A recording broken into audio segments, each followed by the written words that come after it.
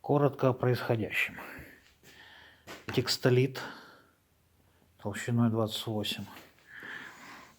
Текстолит толщиной 28 вдвое. Вот эти пластиночки были сделаны дополнительно. Для чего?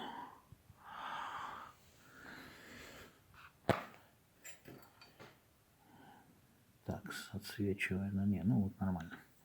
Итак, поднимаем. У нас 5 соточек, да? Пускаем. У нас примерно 0. То есть 5 соток при движении. Вот это люфт нашей оси. Изначально я пытался сделать без вот этих пластин латунных, чисто на текстолите.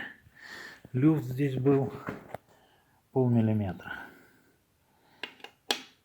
Как говорится, я попытался, но оно не получилось.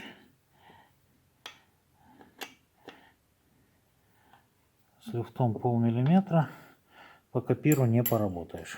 Поэтому 2 дня потерял на вот эти пластинки. Но оно того стоило. Но вообще из текстолита говно полное. Я делаю из текстолита только потому, что другого нет ничего. Был бы алюминий, я бы сделал с алюминия. Текстолит не держит ни хрена. То есть я отпускаю фрезер,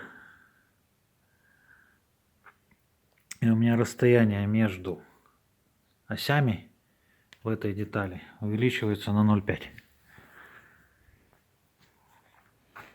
То есть только при зажатом фрезере он держит размер. Вот такая херня. Ну, главное, теперь можно работать дальше.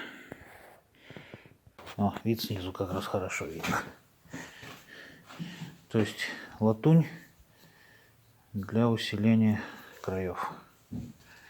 На чистом текстолите оно не едет. Проверяем точность копира. Посмотрим, насколько все это было оправдано.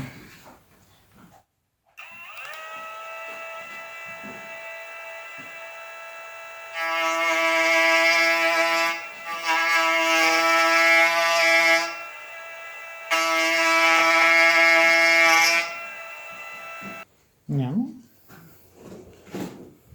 терпимо. Терпимо.